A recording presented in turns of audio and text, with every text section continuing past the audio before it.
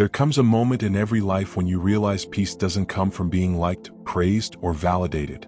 True peace comes from being so deeply rooted in your own presence that nothing and no one can shake you.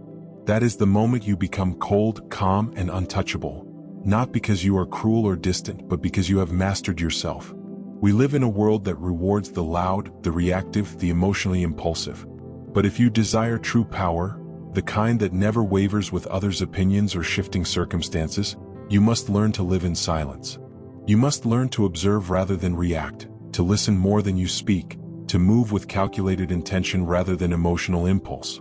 Control, real control, always begins within the self. Life will test you, challenges will corner you.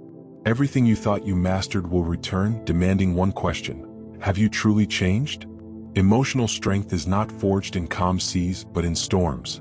You must let chaos swirl around you while you remain anchored, like an ancient stone, unmoved by the winds.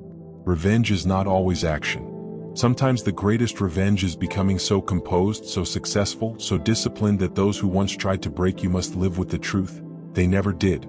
To be untouchable means not to be immune to pain but immune to control. It's not indifference but command over your emotions.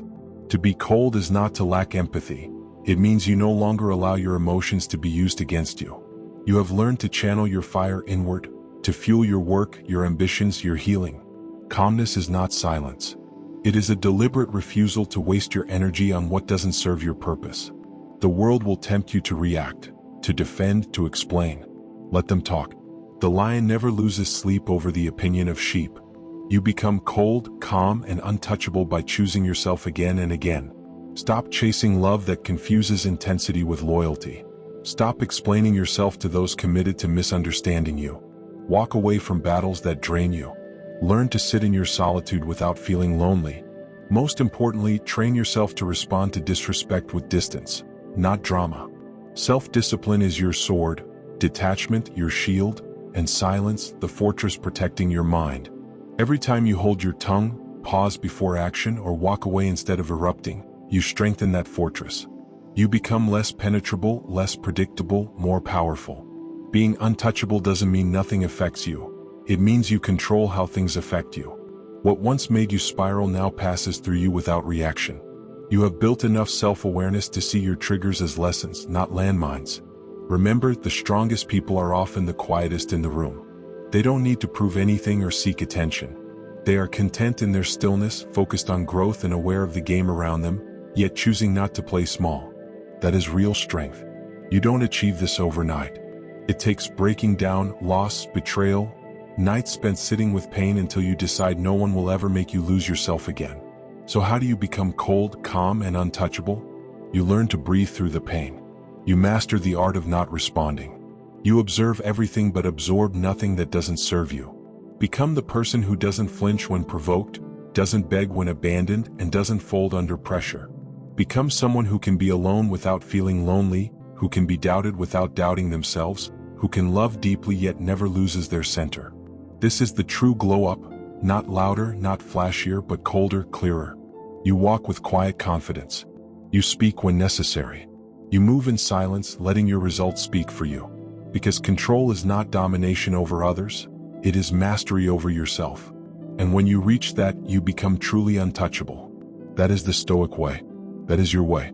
If you have watched this far, you are not just watching, you are awakening. You are beginning to understand that emotional strength is not suppressing pain, but transforming it. That silence is presence, not emptiness. That distance is clarity, not apathy. Take this moment. Let it anchor in your soul.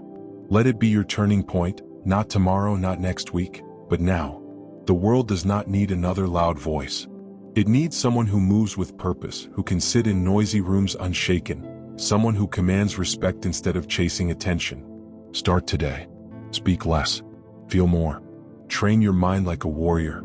Every hour spent in discipline, every boundary enforced, every emotion processed in silence rather than explosion, is you stepping deeper into your power. When the world tries to shake, test, or provoke you, smile. Not because you are unaffected, but because you are unbreakable. Because you have walked through fire and learned to use the flame to light your own path.